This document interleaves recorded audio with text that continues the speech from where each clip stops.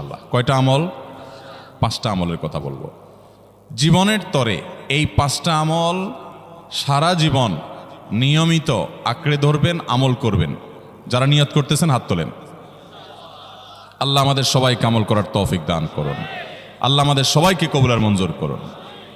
Number 1, সবচেয়ে বেশি যেটা করতে হবে পরিমাণে, জুমার দিন, জুমার রাত, বৃহস্পতিবার সন্ধ্যা থেকে নিয়ে শুক্রবার সন্ধ্যার আগ পর্যন্ত পরিমাণের সবচাইতে বেশি করতে হবে যে আমলটা, সেটা হলো দুরূদ শরীফের আমল। কিসের আমল? ভাইরা, দুরূদ এমন একটা আমল, আপনি যদি শুধু দুরূদের এই আমলটাকে আঁকড়ে ধরেন, সবসময় আপনার মুখ দিয়ে দুরূদ বের হতে থাকে, পড়তে থাকেন,